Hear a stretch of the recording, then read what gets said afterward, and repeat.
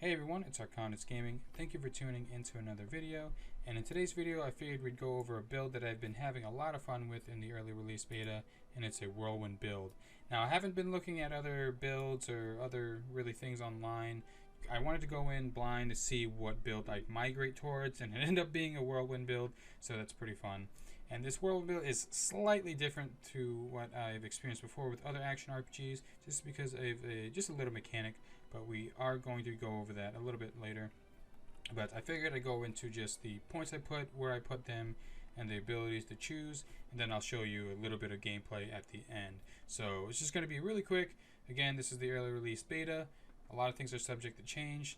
So what you see now may be different from the release of the game, but I figured again I show you what I have so far. So first off, we put all of our attribute points into ferocity. I just wanted to max as much crit as I can, so we just spam points in ferocity. So we're going to be spinning a lot, we're going to be doing a lot of ticks of damage, and the more ticks of damage, the more chance we have to crit, more damage. So that's why we put our points into ferocity. And then next I'm going to go over the abilities to choose. Of course, well, in this game it's called Bladestorm. We went ahead and chose Bladestorm. And with the modifiers I chose for Bladestorm, we got reduced rage cost, increased damage, critical hits deal more damage, which ties into our critical chance. So critical hit chance, excuse me. So that ties in perfectly. And then we have the conviction, Volcnifine's conviction. Hopefully I said that right, because without this modifier, Whirlwind would basically just be, I'll show you right now. It's just a point and click. You can't move off of that area that you chose. If we choose this modifier, then we are free to move around and Whirlwind. Okay, so that's what we put into Bladestorm. This is pretty much the meat of the pretty much build. Next ability that we chose is Wings of Ishmir. This is basically like a leap ability. And for the modifiers, we chose Greater Rage Regeneration, Increased Damage, Stuns on Impact, and then no longer has a cooldown, but costs 1 stamina point to use. Now, the reason why I chose all this, because sometimes you might be in a bind and you might be running out of rage. I've not been able to uptime Bladestorm 100%, so you need to use things to generate rage, pots, and other abilities like that. So with those modifiers, we can essentially spam this leap ability, gaining a lot of rage, and potentially getting us out of something really bad. And we have 4 charges, and it's not on a cooldown, so we can spam it and then go into our Whirlwind. So that's why I chose that. And the other things like stuns on impact, increased damage, we don't necessarily need, but it does help. Stuns on impact, if we do leap into a big group, we can stun them and give us a little bit of buffer so we can Whirlwind, start into our Whirlwind. I'm going to call it Whirlwind. I know it's called Bladestorm. I'm sorry. I don't want to keep going back and forth between the word, but you guys know what I'm saying. And then the next ability that we chose is Sovereign Shout. Now this is going to be another one of our rage generation abilities. The first modifier we did choose is grants rage per enemy hit by the shout and improved rage per hit for the duration of the skill. So this is not only going to give us a little bit more attack speed, but it's going to give us more rage when we do end up going into that big group of enemies. The next modifier that I chose is Dawnbreaker. So enemies hit by the shout gain a stack of weakness. I mean, you guys know this is a win-win situation. You gain rage, you gain a little bit more spin speed, and you weaken the enemies. So that's why I chose that. The next modifier is increases the duration of the buffs granted by the skill. So of course, I'm not sure. Honestly, I'm not sure if that increases the weakness on enemies, but it increases the buff on ourselves, so that's really good.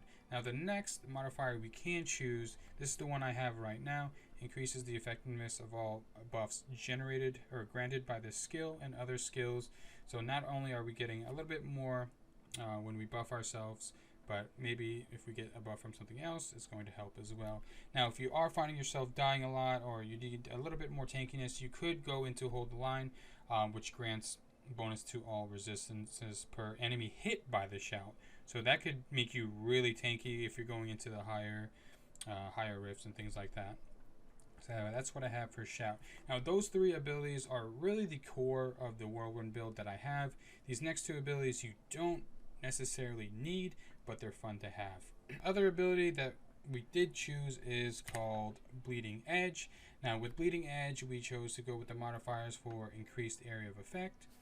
Damage dealt by this ability now gives life leech, which is probably going to be the biggest thing about this ability, and it's more likely to do critical hits, and the axe now follows you as you move. Again, we won't be spamming this ability. It's just something that looks cool, and maybe it could benefit if you, once you land from a leap, gain a little bit of rage, use a pot, and you need some HP, you can go ahead and use this move for a little bit of burst damage and some life leech. So it would go something like this: you leap and then go into a spin. So it looks really cool when you're doing it live. So and then spin around it. So it gives you a burst of damage and a little bit more life leech, so that's cool to have. And then the last ability that we have is Warpath. I mean, I'd go over it, but we don't technically use this a lot. It's just nice to have. With the modifiers, we went to increase movement speed. It cannot be interrupted by crowd control effects. It stuns enemies at the end of the charge, and it leaves a damage area on the ground for a few seconds. So again, we won't be using this a lot, but it can come in handy if you really needed it. It does have a slight cooldown, so use it whenever you're in a bind and need to just get out of somewhere really fast if you don't have any stamina charges and things like that. So that's pretty much it for the ability rundown. So it looks something like this. Once you go ahead and get in on your rage, spin. And you can spin for a pretty long time. Now, again, I can't keep Whirlwind up at 100% uptime, so you do have the ability to use rage potions in this game, but the thing is, you cannot use the rage potion while you're in mid-spin. So I'm spamming my rage potion, and I cannot use it. So that's why it's cool to have these other abilities, like Leap and Warcry or Sovereign Shout. So when you do need rage, you can go ahead and Leap, maybe potion, and then go into your Whirlwind. So there's always going to be some sort of downtime, at least right now from what I've experienced, but it's not something crazy. You can make use of that time, that downtime, when you can. And it's not a lot, so get right back into spinning. Probably like 1-2 seconds of downtime, then you can go right back into spinning again. And you spin for a pretty long time, but again, not 100% uptime unfortunately, but still pretty cool. Potions come in handy a lot. And you can't use health potion, so if you really needed to leap out, use a health potion, and then go back in with charge or something. Okay, so that's the ability rundown. For the passive tree, I'll go ahead and go quickly just to get the main points here. I got more likely to avoid taking damage after being hit. So 50% dodge chance score after taking a hit. That's going to help us into our survivability. We're going to be right in the thick of things, so that's something good to have. Next, other than that, I just went a 50% more critical chance score.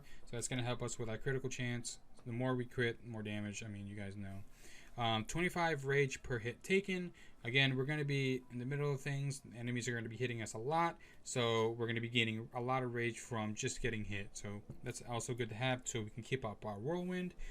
Next major node we got here is Second Wind. This is also going to help us with our survivability. When under 30% max health, gain a burst of health regeneration. So whenever we dip, if we get bursted, we can leap out, and this Second Wind's really going to help us out. And then we went into God Amongst Men. We have plus 80% material damage. So material damage falls into a few different things. So material damage falls into physical, toxic, and rend. And we're mostly going to be doing physical damage. So we have plus 80% material damage. So that's really good for our damage capabilities. And then I put plus 4 damage, 4% damage for each enemy within 4 meters range. Again, Whirlwind build, we're going to be right in their face, so we're going to be benefiting from this node a lot. And then the last big node that we got is Feast for the Crows, 2% global life leech. This is just going to help us with our survivability again, because we're going to be spinning a lot, doing a lot of damage. That 2% global leech is going to help. And that's pretty much all the passive points that I put. But really the whole reason why I wanted to do this Whirlwind build is because of this weapon. We got really lucky with getting this two-hander.